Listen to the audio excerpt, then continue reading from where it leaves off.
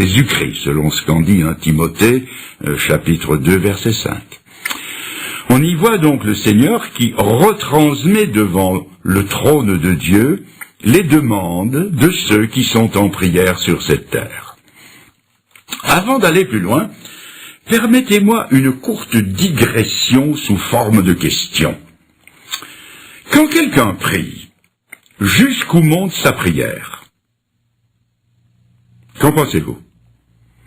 Ma réponse va vous étonner et peut-être même vous scandaliser en un premier temps. Les prières les plus ferventes ne montent pas plus haut que le plafond, ou jusqu'au premier étage, avec le risque d'importuner les voisins si vous priez fenêtres ouvertes et à tue-tête. Maintenant, ne me prenez pas pour un mécréant avant de m'avoir écouté jusqu'au bout. Si vous regardez bien le texte que je viens de lire, vous verrez que ces prières sont, et je souligne, sont alliées au parfum de l'ange devant Dieu. C'est-à-dire que nos prières ne parviennent jusqu'au ciel que si elles sont alliées au parfum des perfections de Jésus-Christ, qui est notre seul représentant devant Dieu. C'est pourquoi, dans le Nouveau Testament, comme aussi dans toutes les églises évangéliques du monde, chaque prière est ponctuée du « au nom de Jésus-Christ ». Ce n'est pas là une formule magique, c'est la foi en la valeur de l'unique médiation de Jésus-Christ. Et ainsi fait en son nom, les prières les plus secrètes, traversant les espaces intersidéraux, sont en temps réel, comme on dit aujourd'hui, entendues devant le trône de Dieu, parce qu'elles sont faites au nom de Jésus-Christ, notre seul représentant devant Dieu. C'est ce qui s'est passé en Apocalypse 8. Et la réponse est venue sous forme de voix, de coups de tonnerre, d'éclairs et d'un tremblement de terre. C'est ce qui s'est passé en Acte 4, évoqué plus haut, où le lieu où ils étaient assemblés trembla, où ils furent remplis du Saint-Esprit. C'est ce qui s'est passé en Acte 16, où, dans la sombre prison de la ville de Philippe en Grèce, Paul et Silas, battus jusqu'au sang et enchaînés, priaient et chantaient les louanges de Dieu. Et en réponse à ces prières, non seulement l'enfer a tremblé, mais un tremblement de terre a secoué la ville, au point que les chaînes des prisonniers se sont descellées, et que les portes de la prison sont sorties de leurs gonds, et qu'en finale le geôlier, toute sa famille, et tous ceux qui étaient avec lui dans sa maison se sont convertis au Seigneur. Quelqu'un me reprochera peut-être d'évoquer des faits réels, peut-être, mais dépassés et n'ayant aucun équivalent dans notre monde d'aujourd'hui. Quelqu'un dira ou pensera que je suis vieux jeu et poussiéreux comme une salle de musée. Peut-être même que quelqu'un ironisera en me posant une question pertinente en rapport avec le sujet traité, et me disent, si je suis un jour incarcéré à la prison la plus proche, et ici je pourrais invoquer, puisqu'on est à Paris, la prison de Fresnes, et que du fond de ma cellule, je me mets à prier Dieu pour que, comme vous le dites, au nom de Jésus-Christ, les portes de la liberté, est-ce que ces portes de la liberté me seront-elles ouvertes par un tremblement de terre? Et vous me dites, c'est bien ce que vous avez dit, non? Ma réponse est celle-ci. Mes amis, il y a plus et mieux que de prier pour sortir de prison par un tremblement de terre. C'est de prier pour ne pas aller en prison. Et croyez-moi, tous ceux qui y sont ne le sont pas pour avoir trop prié. Et il est certain que s'ils avaient prié un peu plus, ils n'y seraient pas en prison. Mais pour rester dans le sujet, notre âme, elle, est prisonnière de beaucoup de choses dont elle ne peut se libérer. Et c'est ce que on pourrait appeler des selon le titre d'un grand film autrefois, paraît-il, Prison sans barreaux. J'ai rencontré un homme. Cet homme était prisonnier de la boisson. Au départ, il s'est moqué de la délivrance que je lui proposais. Mais il a fini par me dire « Je donnerais volontiers 500 € pour être délivré de la boisson. 500 €! Sans doute ce qu'il allait dépenser ce soir-là au bistrot avec les copains. Notre âme peut être prisonnière de la peur. Peur du passé, peur de l'avenir, peur des microbes, peur de vieillir, peur de mourir. Elle peut être prisonnière de l'orgueil, de ce numéro 1 mondial qui fait pivoter l'univers autour de sa petite personne et qui aimerait que tous les autres acclament ses exploits. Notre âme est peut-être enfermée dans la cellule d'une jalousie maladive dont elle ne peut se sortir, comme cette jeune femme qui m'a raconté qu'avant de connaître le Seigneur, elle était sans raison d'une jalousie féroce envers son mari.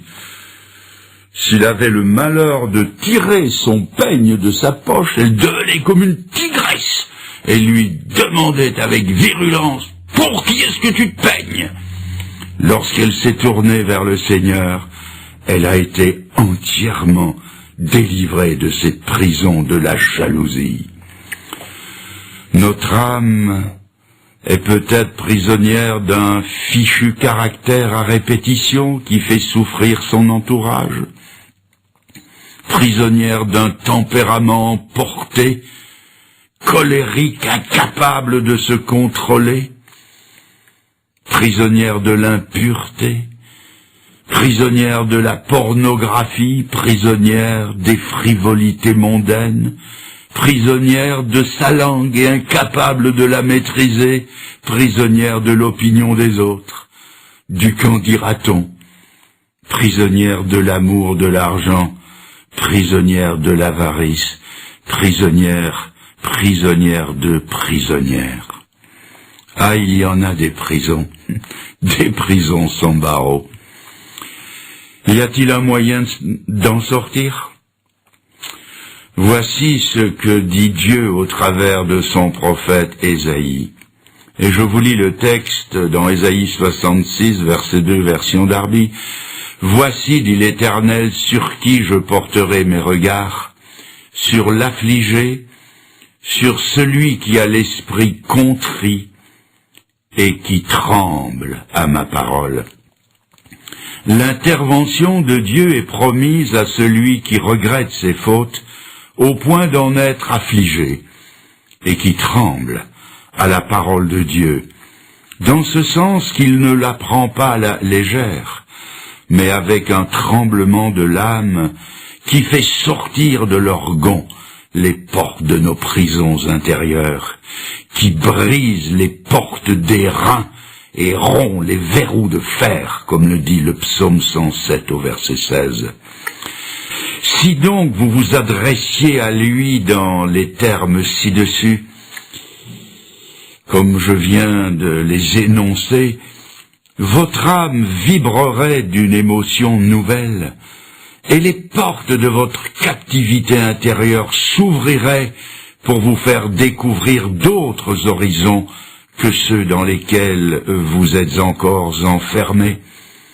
Adressez-vous à lui en cet instant, avec les quelques mots qui suivent, que vous pouvez répéter s'ils vous conviennent.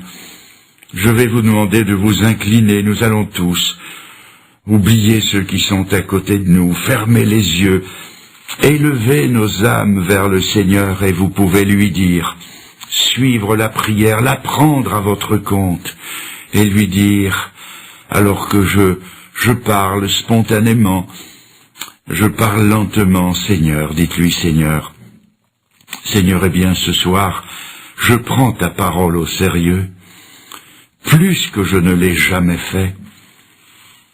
Seigneur, je tremble avec le capitaine romain, avec la terre qui a tremblé à la mort de ton Fils sur la croix pour le pardon de mes péchés. Dites-le lui. Seigneur, je crois, et je tremble avec les femmes qui ont salué ta résurrection. Dites-lui, Seigneur, je crois, et je tremble à l'idée de ne pas être prêt pour ton retour. Seigneur, je me donne à toi pour te servir, pour te suivre et t'obéir jusqu'au bout. Dites-lui, Seigneur, accueille ma repentance et la foi que je mets dans le grand amour que tu as eu pour moi. Merci, Seigneur, de me pardonner et de me sauver ce soir. Merci, déverse la paix de ton ciel dans mon cœur maintenant. Merci, Seigneur. Amen.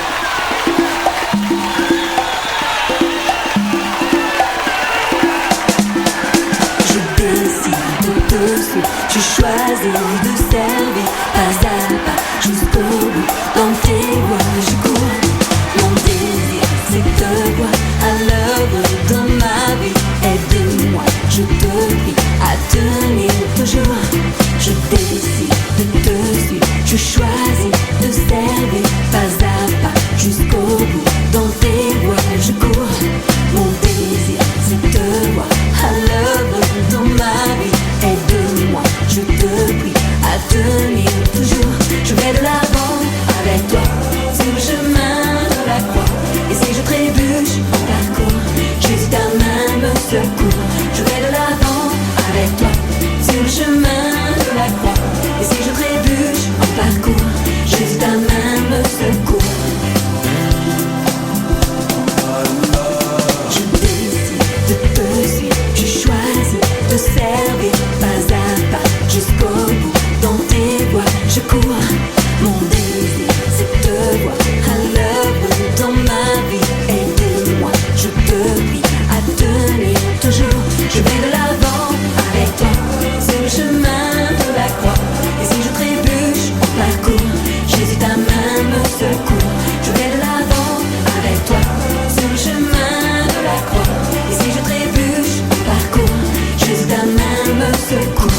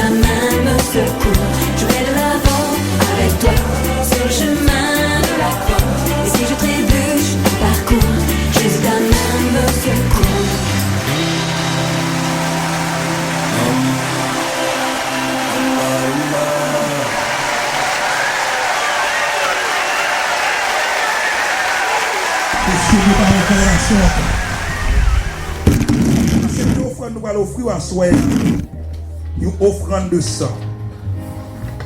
Mais même Seigneur, qu'elle nous va prêt pour nous offrir offrande ça avec joie. Parce qu'on mérite. Ça nous va l'offrir là, Seigneur, les pitié en pile. Mais t'as pris accepter pour nous, Seigneur. Pendant qu'on va enrichir notre nous à soi aussi avec parole. N'attendons nous bagaille spécial. N'attendons nous parole, nous pas t'arrêter, m'entendez.